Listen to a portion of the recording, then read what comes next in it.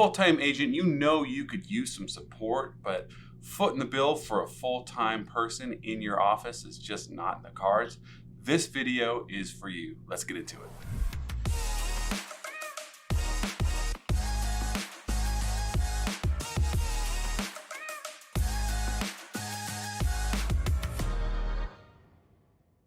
What's happening? J.C Agajanian here, broker associate at the Whissel Realty Group, and today we're talking about the best ways to leverage a virtual assistant. That's right, VAs are a big topic in our industry, but there's a lot of ways you can go wrong when it comes to hiring and utilizing an assistant who doesn't live here on our shores.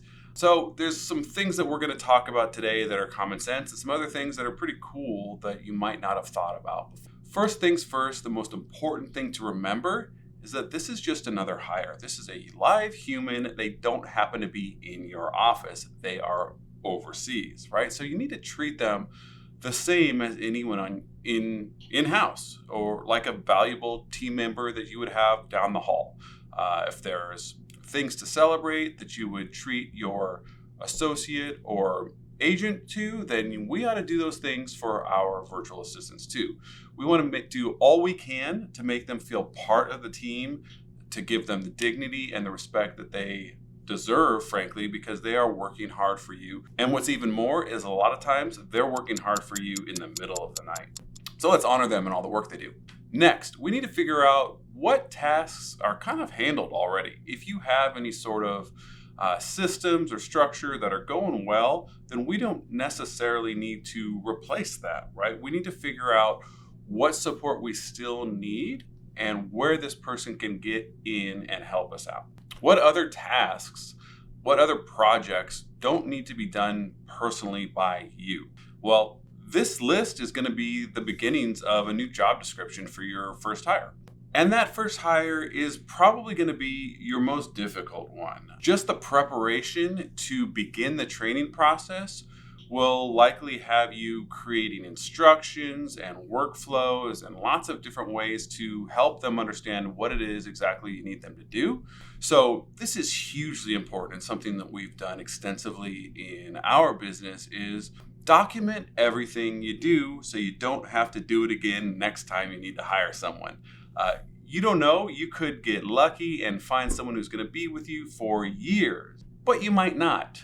You might find someone who works out great for the beginning and then for one reason or another falls off, or you might get matched up by one of these recruiting agencies that helps you locate good talent overseas, and it's just not a good fit right away. So whatever you do when you're going through the process of onboarding someone new, and this is whether they are working remotely or working down the hall, like I said, we need to document all of the things that they need to do, all of the instruction, all of the training, make videos of it, use Loom or BombBomb if you have access to it, share your screen, show where the clicks need to be, what the workflow is, and record it all so you don't have to reinvent the wheel later on. I mean, you're essentially creating video tutorials for every task that you are going to drop on the shoulders of a new employee so that they can do a better job. It takes less time to train them. And like I said before, that is there now forever so that you can reuse it in the future.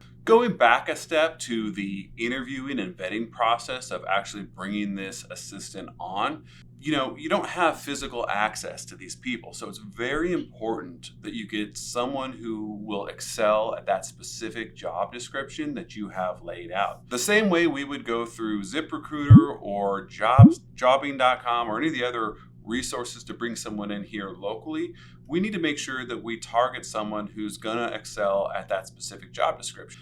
This is not a one-size-fits-all type of thing just because they're overseas and they are a VA, right? They're going to have areas of expertise that they're going to do better at and other areas that they're just not very well equipped at. And that goes for anyone you're going to hire. So keep that in mind. On that topic, if you are looking for an assistant proper, you can get major support on the basics like calendar, email, maybe systemized marketing tasks, etc.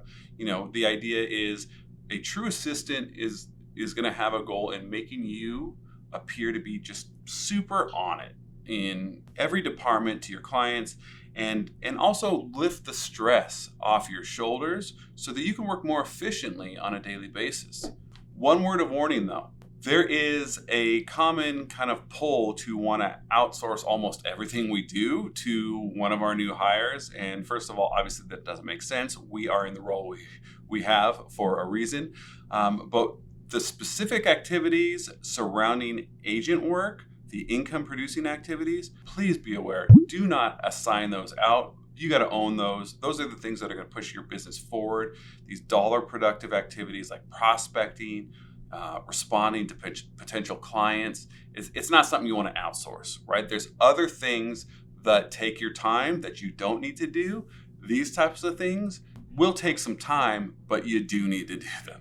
Another example is something more targeted and specific, like maybe you need someone with a certain set of skills like video editing, for example. Well, you need to find someone who is got a track record at video editing, and you don't need to be too worried about whether or not they can interact with your clients well for you or get into your CRM and track down who's looked at what property. That is not their responsibility. If you're hiring an editor, figure out how to get the most of that topic for them. That's where they're an expert at, and that's where you're going to benefit. So knowing what you need done and who's going to do it, just like any other hire, is going to be extremely important in this process. So before we really went hunting, we got our job description. We know what this person is going to be doing for us. We know it's not everything and anything that we just happen to need done and don't want to do on our own.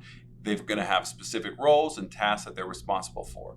Now we've trained them and we're getting them up and running with the onboarding process, but as part of the finishing touches on that training process, there's some key steps that are not a very big deal, to be honest with you, but they're often overlooked, and they're going to make a big difference in how productive and helpful that assistant is, regardless of their task.